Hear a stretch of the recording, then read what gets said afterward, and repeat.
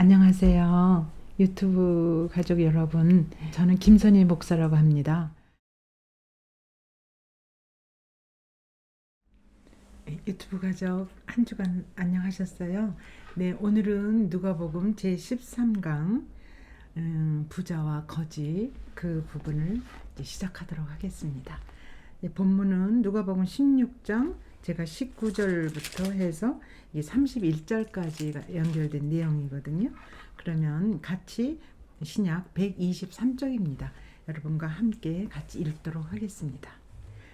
한 부자가 있어 자색 옷과 고운 베옷을 입고 날마다 호화롭게 즐기더라. 그런데 나사로라 이름하는 한 거지가 헌데투성이로 그의 대문 앞에 버려진 채 그 부자의 상에서 떨어지는 것으로 배불리려 하매 심지어 개들이 와서 그 헌대를 핥더라. 22절입니다.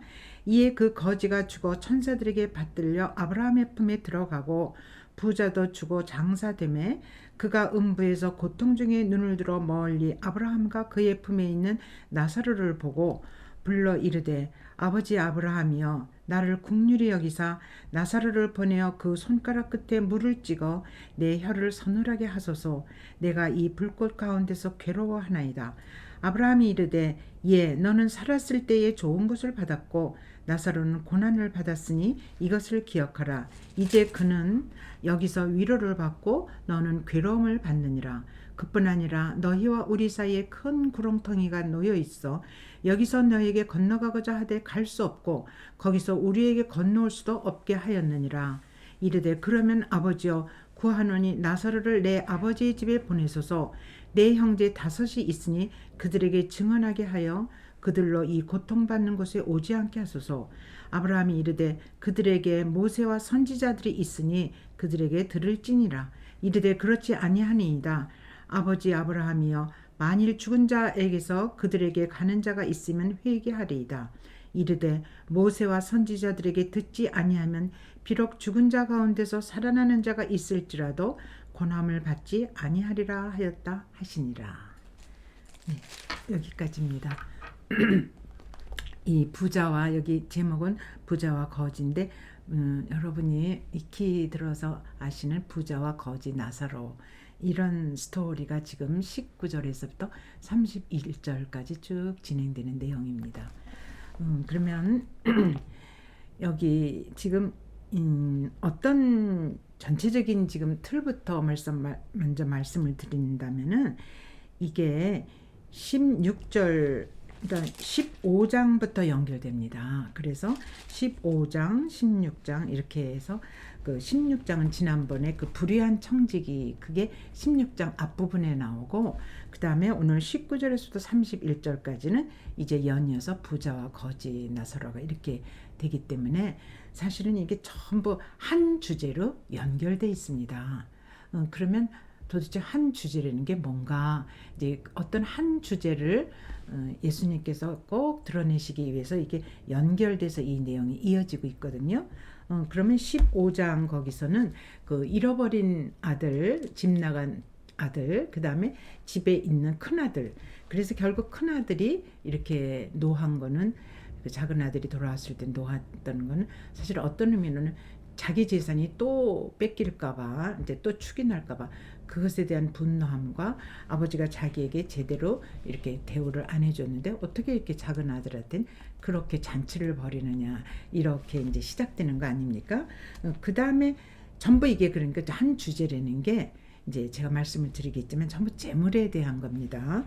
그래서 이제 16장 그 앞부분에서는 그 불의한 청지기가 그 주인의 재산을 가지고 말하자면 여기 낭비한다고 나오죠. 16장 1절에. 그러니까 그가 주인의 소유를 낭비한다는 그러니까 자기 재산인 것처럼 마구마구 써대고 마구마구 인심 쓰고 뭐 마구마구 이렇게 계산 없이 막 썼대는 그런 얘기거든요. 그런데 주인이 해고 통지를 하고 이제 이게 다 계산하고 이제 너가 나가야 되겠다.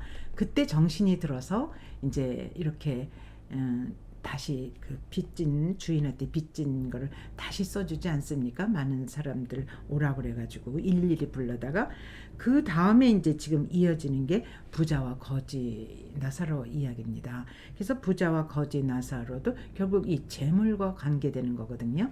그러면 다시 한번 이제 본문 19절부터 들어가면 한 부자가 있었습니다. 그러니까 이 내용이 어떻게 되느냐면 그 예수님께서 어떤 교훈을 가르쳐 주시기 위해서 이 부자와 거지 나사로라는 걸 이렇게 설명하는 식으로 여기다 이렇게 집어넣은 겁니다. 그래서 이 전제를 여러분이 꼭 아셔야 되는 게 부자와 거지 나사로 그래가지고 여러분이 그동안 익히 알았던 뭐 천국과 지옥 그런 거를 일단 접어놓고 이 본문과 연결돼서 다시 한번 부자와 거지 나사로에 대한 그 연결된 앞부분과 연결된 내용을 여러분과 먼저 이렇게 살펴보도록 하겠습니다. 그러면 여기 등장하는 인물이 한 부자입니다.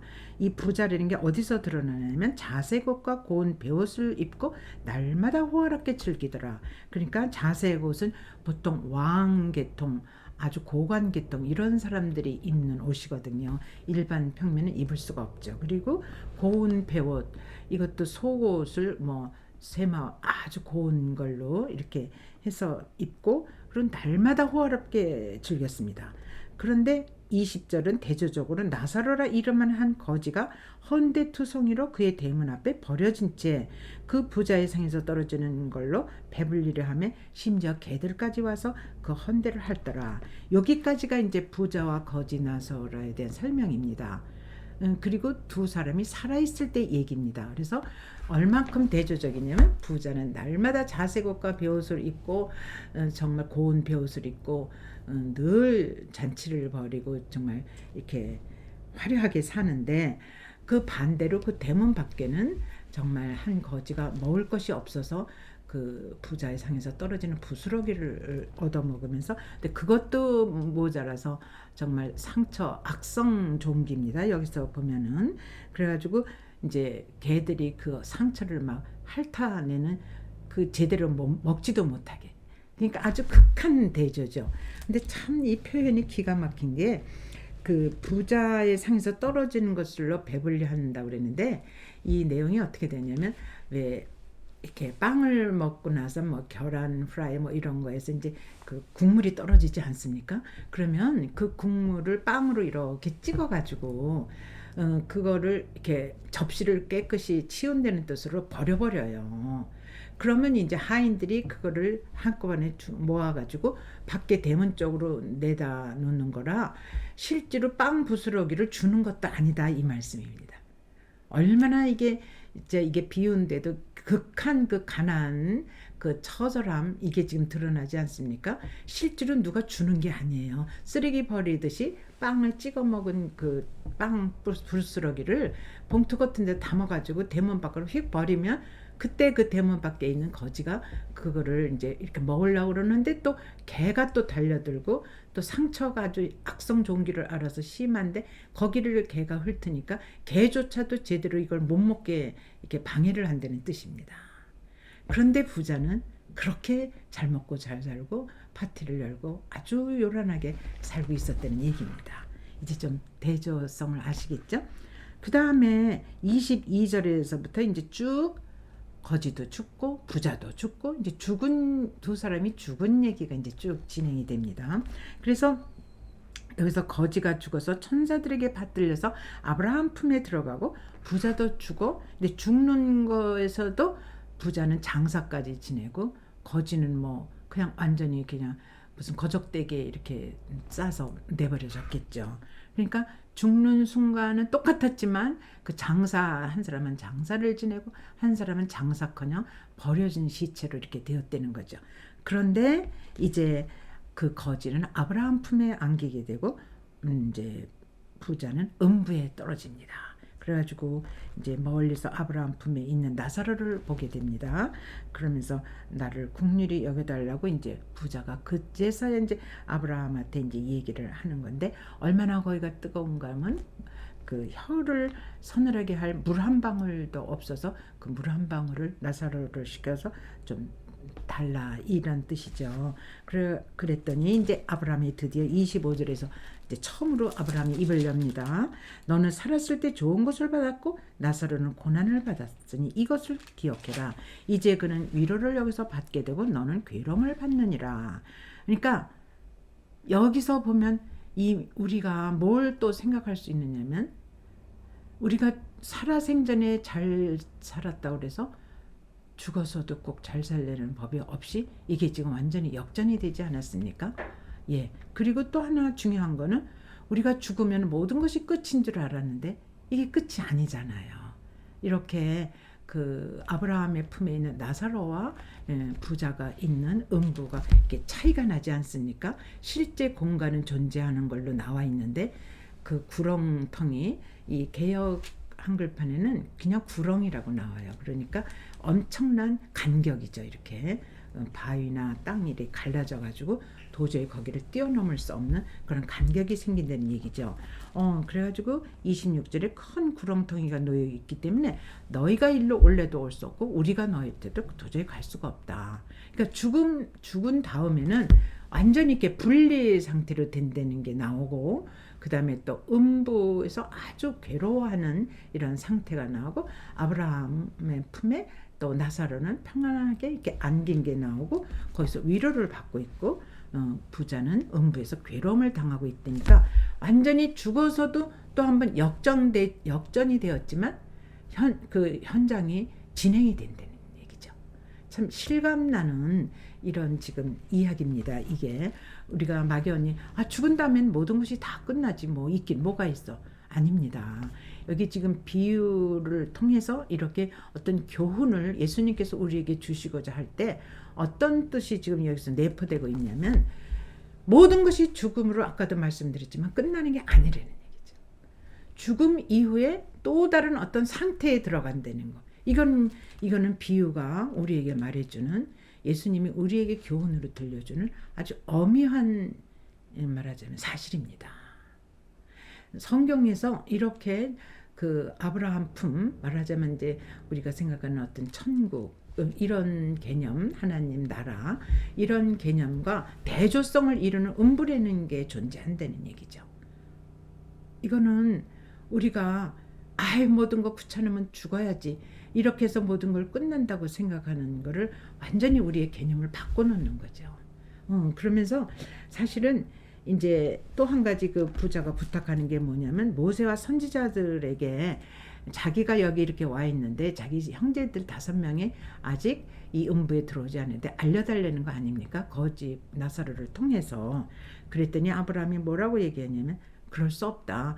죽은 자가 다시 살아나서 얘기를 해도 그런 이적보다 모세와 선지자들 그러니까 구약에 대한 모든 하나님의 성경 말씀 이것을 받아들이냐 안 받아들이냐가 관건이지 기적이 이적이 일어난들 저들이 구원 반열에 돌아올 것 그거는 아니다. 지금 이런 식으로 얘기를 하고 있습니다.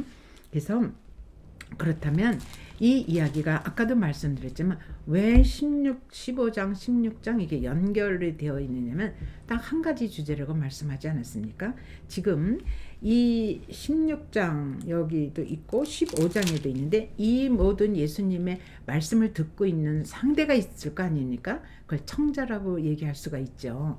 그러면은 누구를 향하여 예수님이 이 말씀을 하셨는가? 이 앞에 보면 15장 제일 1절에 모든 세리와 죄인들이 말씀을 들어 가까이 나오니 지금 예수님께서 말씀하시는데 그 말씀을 듣는 상대가 세리와 죄인이에요. 그리고 15장 2절에 바리새인과 서기관들이 수군거려 이르되 이 사람이 죄인을 영접하고 음식을 같이 먹는다. 지금 이렇게 얘기 나오지 않습니까? 그러니까 이 듣는 사람들이 바리새인과 서기관도 그 예수님 제일 앞에 바로 있었다는 얘기입니다. 그러니까 세리, 죄인, 바리새인, 서기관들. 그 다음에 또 하나는 16장 1절에 보면 제자들에게 이르시되 그러니까 세리와 죄인 또 그 옆에 바리새인과 서기관들 그리고 또 그 앞쪽에 제자들 그러니까 여러 무리의 상대들이 있는 그 앞에서 지금 예수님이 이렇게 비유로 얘기를 하시는데 여기에 주제의 핵심이 재물입니다. 아시겠습니까? 예, 그래서 그 청지기는 그 마지막 자기가 이제 해고당하면서 모든 것을 다 이르기 직전에 이게 내게 아니었구나. 이제라도 내가 정신을 차리고 그 주인의 자비를 구하는 마음과 함께 또 이렇게 써준 그 증서를 바꿔주면 그들이 자기한테 자기가 해고당하고 나갔을 때 혹시 도움을 주지 않을까. 그러면서 이 이야기도 사실은 누구 제자들에게도 이르러 말씀하시지만 여기서 16장 이 부자와 거지 나사로의 그 아주 직격으로 듣는 게 14절에 바리새인들은 돈을 좋아하는 자들이라 이 모든 것을 듣고 비웃거늘. 그래서 사실은 이 얘기의 가장 그 대상이 되는 건 바리새인들입니다. 바리새인들한테 예수님이 이렇게 어떤 비유를 들어가지고 아주 전곡을 찌르면서 그 바리새인들이 여지까지 갖고 있는 모든 사고의 틀을 바꿔놓으려는 거죠. 이제라도 내 말을 듣고 너희들이 진정으로 받아들인다면 너희들은 하나님 나라 가족이 될 수 있는데 계속 너희들이 우기고 너희 생각이 옳다고 주장하고 내 말을 비웃고 수군거리고 그렇게 내 말을 정말 하나님의 말씀으로 제대로 받아들이지 못한다면 어떻게 되느냐. 지금 이 부자가 바리새인을 이렇게 비유해서 하는 말씀입니다. 결국 부자가 살아생전에 자기의 모든 역할을 오직 그 우선권을 재물에 두고 살았다는 얘기죠. 그러면서 이 부자가 실제로 뭐 구체적으로 뭐 나사로를 뭐 때렸다든지 어디다가 뭐 구타를 했다든지 뭐 협박을 했든지 이런 얘기가 안 나오잖아요. 다만 거지 나사로가 그 부자 대문 밖에 살고 있었다는 얘기죠. 그런데 이 부자가 자기만 알고 이 거지 나사로에게 전혀 관심을 보이는 구석이 한 구석도 없습니다. 저는 이 본문을 읽으면서 이 부자가 얼마나 뻔뻔스러운지 참 괘씸한 생각이 또 한 번 들었는데 지옥 음부에 떨어졌습니다. 그랬는데 또 말하자면 거지 나사로를 시켜서 뭐 물 한 방울을 달라고 시켜달라든지 아브라함한테 지금 부탁하는 거 아닙니까? 또 뭐 살려내가지고 저기 형제들한테 절대로 이 음부에 오면 안 된다. 여기는 올 때가 못 된다. 너무 괴로움을 당하는 것. 이런 걸 얘기를 해달래요. 언제적 살아생전에는 거지 나사로에게 눈길 한 번 안 돌리고 빵 한 조각 안 준 주제에 이제 자기가 어려움에 처해서 음부에 떨어지니까 여기서도 거기서도 여전히 갑질하는 꼴밖에 더 됩니까? 굉장히 제가 이 본문을 이렇게 묵상하고 읽어나가다가 막 괘씸한 거예요, 부자가. 그럼 그렇지. 네가 필요성이 있으니까 죽어서도 그 음부에서 거지 나사로한테 심부름을 시키려고 그래? 아브라함한테 부탁을 해서 살아생전에는 아무것도 도와주지도 않으면서. 그러니까 이게 무슨 얘기냐면요. 바리새인들이 굉장히 그 당시엔 잘 살았습니다. 종교 지도자급 사회적인 그런 아주 뭐라 그럴까 명성 있는 그런 직분에 속해요. 그래서 바리새인들은 상당수가 다 부자로 살았습니다. 그 반면에 죄인과 세리는 자기네들이 그렇게 구분지어 놓고 너희들은 왜 가난하고 그렇게 죄인 취급을 당하고 그러는 줄 아느냐? 그리고 세리는 돈은 많아도 아예 사람 취급도 안 하고 매국노로 취급을 하고 그냥 지네들이 잘 사는 건 믿음대로 말씀대로 이렇게 잘 살아서 하나님이 복을 주셔서 지네들은 재물도 많고 명성도 얻고 명예도 얻고 이렇게 잘 사는 거를 당연한 걸로 알고 하나님이 복을 주셔서 그랬다는 개념을 쭉 갖고 살았던 거예요. 예수님이 이제 하나님 나라를 선포하면서 그게 아닌 거라는 거. 너희들이 그렇게 율법을 지키려고 애를 쓰고 그래서 하나님이 복을 주고 그래서 돈이 많고 그랬다고. 그거는 요한 시대로 끝났습니다. 율법 시대로 끝난 겁니다. 이제 하나님 나라는 예수 그리스도께서 이 땅에 오셔서 복음을 들려주시면서 하나님 그의 나라와 그의 의를 구하라. 그리고 하나님을 사랑하고 내 이웃을 사랑하라. 그게 예수님 복음의 핵심이거든요. 근데 바리새인들이 이웃을 사랑하기커녕 전에 잘 살고 잘 먹고 위엄 떨고 인정받고 자랑하고 그게 그 바리새인들의 근본적인 갖고 있는 생각이었거든요. 그래서 얘네들은 사실은 그렇게 대우를 받으면서 저 마음속에서는 돈을 좋아했습니다. 좀 더 부자가 돼야 하나님 사랑을 받는 데는 증거가 된다. 그렇게 생각을 했기 때문에 끊임없이 이들은 하나님 율법을 내세우고 그대로 산다고 자부하면서 사실은 돈을 섬겼습니다. 그래서 이제 너희들도 이제 그 현상에서 돌아서라. 그거를 부자와 거지 나사로의 이렇게 비유를 들어서 사실은 바리새인들한테 아주 직격탄을 쏘면서 이런 지금 비유의 얘기를 하는 겁니다. 그러니까 우리가 그냥 개념적으로 지옥, 천국 이렇게 막연하게 추상적으로 지금 우리가 생각하는 모든 개념을 일단 정지시켜 놓고 이 본문이 우리들에게 전달하고자 하는 근본의 핵심이 뭔가. 사실은 바리새인들한테 비유를 들어서 너희들이 그렇게 돈을 좋아하고 돈을 중심으로 이름은 내 이름을 걸고 그래서 뭐라고 얘기를 하냐면 이 16장 15절에 너희는 사람 앞에서 스스로 옳다는 자들이나 너희 마음을 하나님께서 아시나니 사람 중에 높임을 받는 그것은 하나님 앞에 미움을 받는 것이니라. 하나님이 보실 땐 너무 가증스럽다는 뜻이죠. 하나님을 사랑한다 해놓고 사람들한테 인정받기를 원하고 속으로는 돈을 좋아하고 그 돈으로 마음껏 호화롭게 누리고 산다는 거. 이거는 하나님 보시기엔 너무너무 이중성이고 가증스러운 거죠. 근데 이 비유 말씀을 듣고 돌아봐라. 너희들도 그래서 한 가족으로 하나님 한 백성이 되기를 바란다는 예수의 그 하나됨, 한 가족됨의 간절한 소원이 예수님한테 지금 바리새인을 향해서 깔려 있는 거죠. 그러니까 너희들은 이렇게 정죄를 받고 심판받아서 아주 음부로 떨어져라. 이런 뜻으로 얘기하시는 건 근본적으로 아닙니다. 그럼에도 불구하고 이 부자들이 그렇게 이웃을 전혀 돌보지를 않기 때문에 이들이 결국 음부로 떨어지게 됩니다. 근데 그 음부라는 거는 정말 괴로움의 연속이죠. 그래서 뭐라고 얘기를 하냐면 여기서 그 25절에 나사로는 여기서 위로를 받고 너는 괴로움을 받느니라. 사실은 음부라는 단어를 쓰면서 그것의 특징은 괴로움이라는 거죠. 그리고 그 괴로움이 지속이 된다는 거죠. 그러니까 바리새인 보고 이제라도 너희들이 살아있을 때 하나님을 사랑한다? 그러면 그 사랑으로 내 이웃도 사랑하는 것이 그게 마땅한 일 아니냐? 그런데 어쩌면 이 부자는 세상에 빵 한 조각을 주기커녕 그를 쓰레기로 생각해가지고 접시 닦는 그 빵 조각을 그대로 버려버린 거를 이제 대문 밖에다 내놓은 거 아닙니까? 그렇다면 이 대문 사이로 완전히 대조를 이룬다면 여러분이나 제가 그 대문을 넘어서 어떤 선한 행동, 사랑의 행동, 돕는 행동, 그거는 누가 할 수 있습니까? 그는 부자가 하는 거 아닙니까? 나사로는 그 대문을 넘어온들 자기는 할 수 있는 게 아무것도 없지 않습니까? 그렇죠. 마찬가지로 그 죄인이라는 약자 편에 있는 사람들은 그 부자 쪽에 있고 명성을 얻고 이런 사람들한테 도울 방법이 없단 말씀입니다.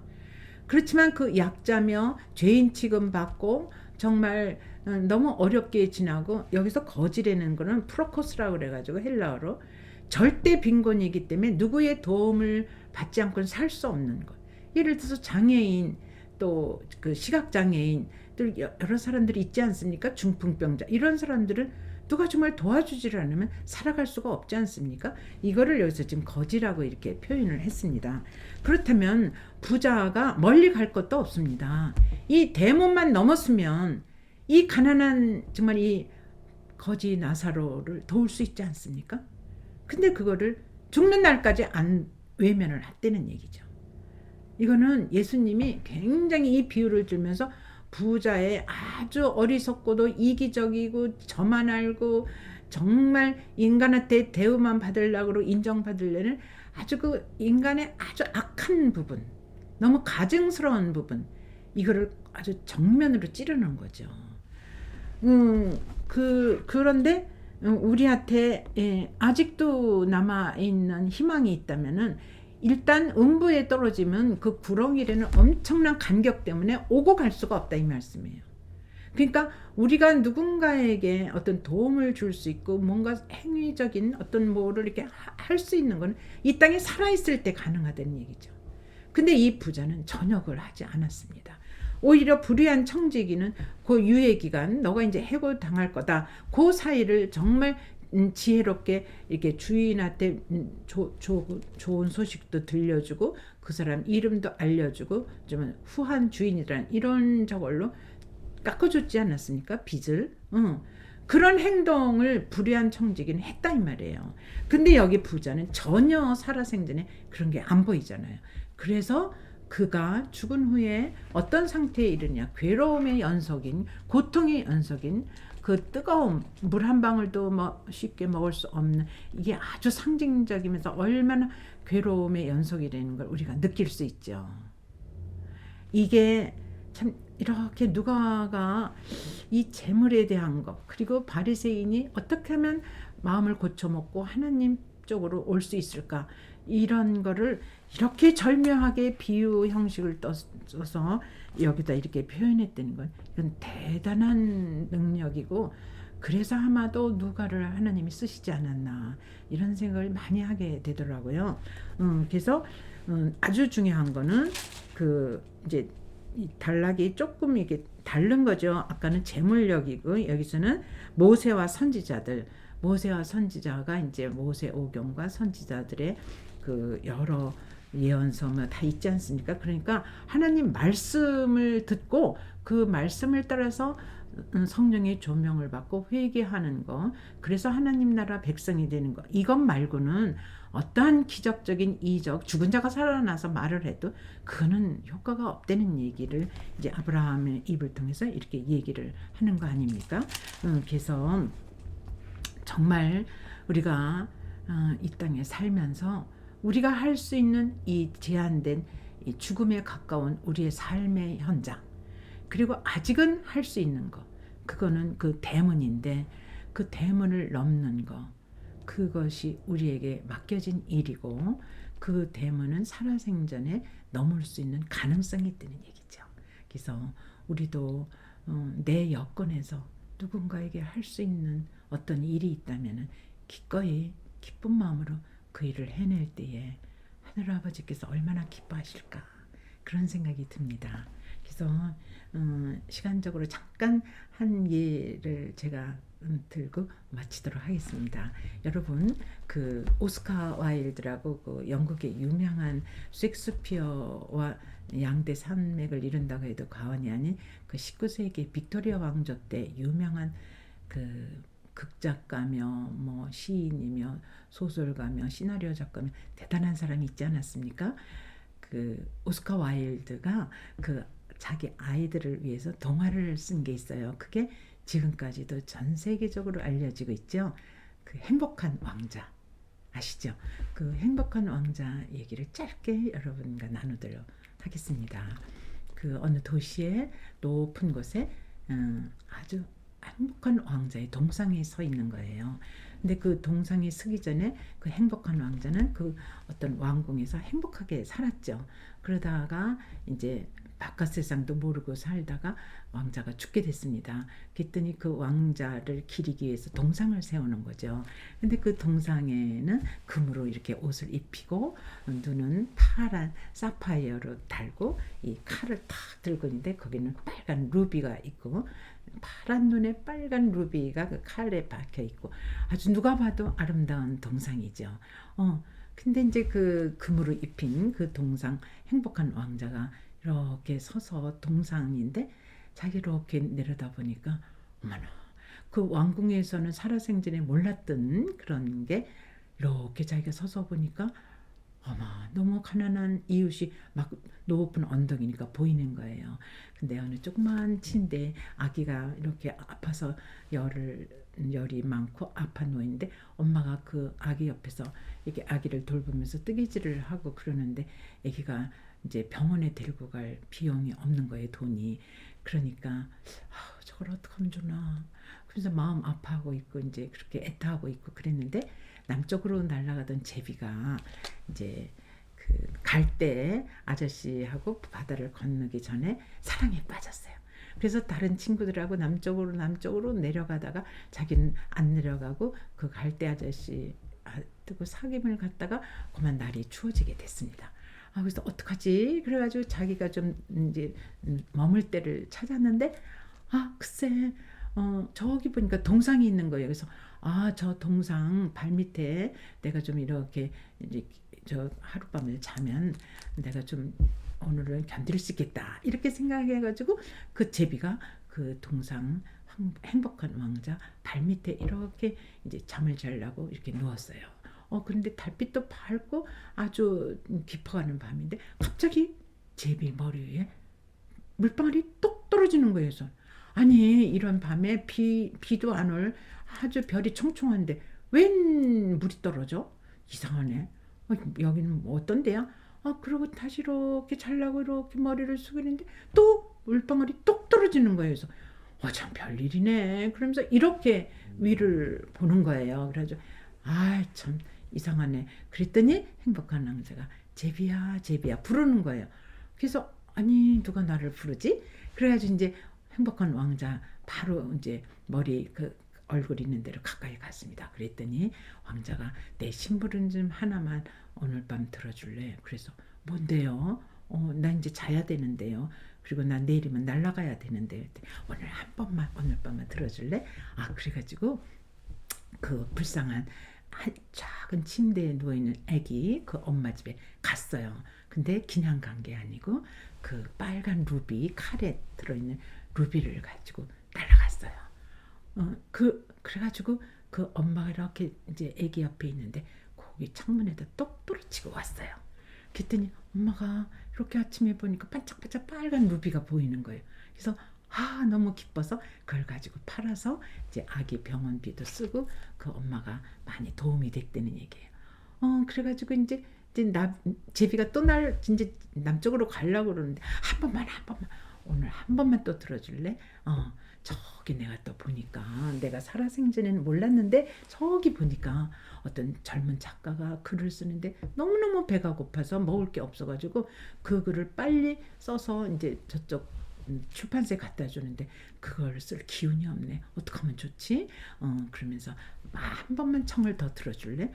그래서 그럼 뭘 또 어떡하란 말이에요. 그랬더니 내 눈 두 개에 파란 사파이어가 박혀 있으니까 이걸 하나 빼가지고 그 청년 작가한테 좀 날라서 갖다 줄래? 난 갈 수가 없잖아. 여기 딱 묶였으니까. 그래서 참 그러면 눈을 하나 빼면 어떡해요? 그랬더니 그래도 들어주라. 그래가지고 그 파란 사파이어 눈을 빼서 갖다 줬어요. 휙 날아가서. 그랬더니 이렇게 졸고 있다가 젊은 작가가 뭐가 똑 소리가 나지? 그래서 잠자다가 이렇게 졸다가 보니까 파란 사파이어가 눈에 띄어서 그걸 가지고 또 이제 팔아서 이제 먹을 걸 얻고 그렇게 됐대요.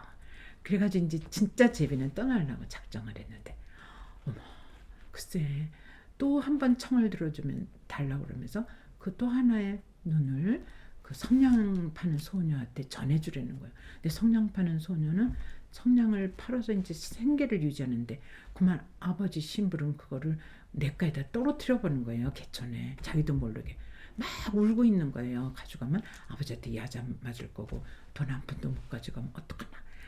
그래서 또 얘기를 듣고 보니까 그것도 안 됐죠. 그래서 왕자 눈은 또 어떻게 할 수가 없지만 또 그걸 소원을 하니까 또 빼가지고 갖다 줬어요. 그럼 어떻게 됐죠? 왕자는 이제 완전히 눈이 없어진 장님이 됐어요. 그래서 제비가 아이고 불쌍해라 왕자님 어떡하면 좋지? 왕자님 어떡하면 좋아요? 그랬더니 난 괜찮아. 나는 살아생전에 몰랐는데 내가 이렇게 동상이 돼서 서 있다 보니까 너무 주변이 너무 불쌍한 사람들이 많아. 난 이대로 괜찮아. 그랬더니 제비가 그러면 나는 이제 왕자님 손과 발이 되어줘야 되겠어요. 왕자님은 보지도 못하고 루비도 없어지고 사파이어 눈도 없어지고 어떡하면 좋아요? 나는 이게 문제가 아니거든. 나는 정말 내 이 금 옷을 껍데기를 벗겨가지고 좀 네가 좀 쪼아서 이렇게 해가지고 두루두루 내가 어디 가려는데 가난한 이 옷을 전부 날라서 갖다다 주면 좋겠어. 그랬더니 그걸 몇 번 하다가 제비가 나 이제 남쪽으로 안 갈 거예요. 나는 왕자님을 너무 좋아하고 사랑하게 됐어요. 왕자님 내가 늘 왕자님 곁에서 손발이 되어주고 모든 거 들어줄 거예요. 그러는데 날이 점점 추워진 거예요. 그래서 제비가 그 왕자 저거에 이렇게 있다가 그만 제비가 그 다음날 어느 날 얼어서 죽게 됐어요. 그런데 동상은 점점 금덩어리가 다 벗겨져서 아주 흉물덩어리가 됐어요. 그랬더니 그 거기 시장이 뭐 저렇게 흉물스러운 게 시내에 서 있어. 저걸 다 때려쳐. 그래가지고 그 왕자 동상을 무너뜨린 거예요. 근데 거기에 그 전에 왕자의 심장은 와다닥 나버려진 심장은 깨지지를 않는 거예요. 그랬더니 그 나버려진 심장하고 제비 그 시체를 쓰레기통에 사람들이 다 치워서 갖다 버렸어요. 그리고 그 동상도 없어졌어요. 그랬더니 하나님께서 천사를 내려보내줘가지고 그 왕자의 심장하고 그 죽은 제비 시체를 가지고 저 천국으로 올라갔어요. 그랬더니 하나님이 올 곳이 왔구나. 너희들은 너무너무 수고하고 내가 원하는 삶을 살았다. 이제 이 천국에서 나와 영원히 행복하게 살자. 그런 동화 이야기를 썼어요. 오스카 와일드가. 여기서 마치겠습니다. 기도하겠습니다. 하나님 아버지,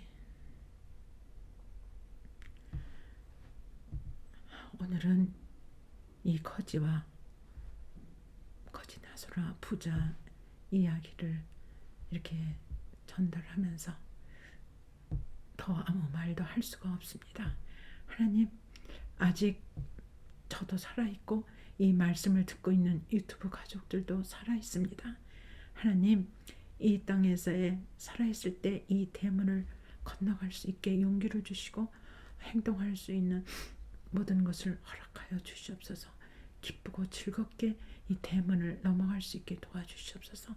저 구렁은 이제 우리가 세상을 뜬 다음이기 때문에 다시 고칠 수도 변경할 수도 옮겨 다닐 수도 없습니다. 그러나 아직 해가 지지 않았습니다.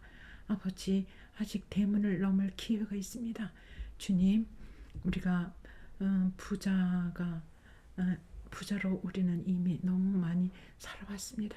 하나님, 이 부자의 대문을 넘을 수 있는 다시 한번 깊은 사랑의 마음을 저희들에게 넣어주셔서 그 일이 우리의 작은 삶부터 하나씩 하나씩 실천으로 옮길 수 있는 귀한 기회를 허락해 주시고 그 일을 다시 한번 용기 있게 할 수 있는 힘을 주실 줄 믿고 아버지 감사를 드리며 모든 말씀 살아계신 예수 그리스도의 이름으로 기도드리옵나이다.